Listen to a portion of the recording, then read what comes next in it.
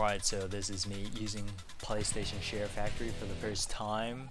I know Alil loves these cheesy music I add to my videos, but he can go fuck himself because PlayStation doesn't really record the entire party's audio, so it's very one-sided. So you don't get to hear Mako here, who's been playing with me for the last few weeks. We're just kind of dominating the map, and I want to just give some pointers on how to kind of approach tactics on Battlefront to kind of, reduce the amount of kills and so you can enjoy the game a little more. Dodge rolling right here. See how I almost died? It was kind of like the difference between life or death. So you definitely want to know the lay of the land, where to look. I didn't completely know those people were in there, but you have classes that can kind of like scan areas to see through walls, and heroes can help you see through walls. The pistol has fantastic range and strength for its current build. It's kind of like the P90 from Uncharted 4. So you're going to see this guy get taken out at a pretty far range, and I didn't land but one headshot on him. So sticking with your team will help you know which way to look. It's pretty straightforward. It can be a little convoluted sometimes, but as you can see right here, buffing gets you a lot of points as well. Buffing gives you temporary HP. It can also just save your ass. Killing, hitting people like this, doing damage all together gets you a lot of battle points to get the vehicles and heroes you want. And just, kind of contributing. You can see the range here. This is definitely like beginning sniper rifle range, and I'm challenging them with this pistol. So definitely give this pistol an earnest try. It's on the officer class. It's called blurrrrg. A lot of people will be using it, but that doesn't mean you can't succeed with anything else you really want to play. It just depends on your play style. And most importantly, it depends on how quick you are to know your surrounding, using your radar, and acquiring your targets and landing good shots. It is, after all, a first-person shooter. So right here, shouldering is kind of awkward in this game. You have to hit down on the D-pad, so it's not quite as fluid as Uncharted 4, but you can obviously make do with any angle.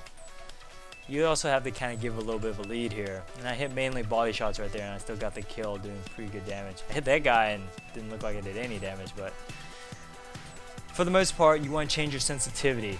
A lot of you guys, casual players and all, you don't seem to tweak your sensitivity enough. You gotta keep tweaking it to get just the right amount. If you're not acquiring targets or landing precise acquisitions, your sensitivity is probably too high. If you're too slow at it, you should know if your thing's a little too slow and you can increase it. But for the most part, lowering it is what you want to do. See right there, I didn't even die to a player. I died because I was so aggressive and overzealous. I didn't leave the kind of like the warning zone because it hadn't unlocked yet. So to kind of keep a little bit of a balance, they don't want you to progress too far into the next phase because that's where the players come from. And it turns into kind of like a spawn camping fest. Here, you can start feeling like a hero when you pick one, like Kylo, kind of straightforward, has your telekinesis and other like CC abilities.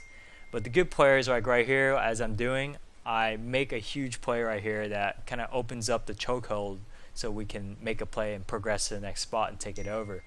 So that's going to be the difference between your good players. They're going to know when to make plays and not be a retard and just run around, hide around corners, and play too cheap.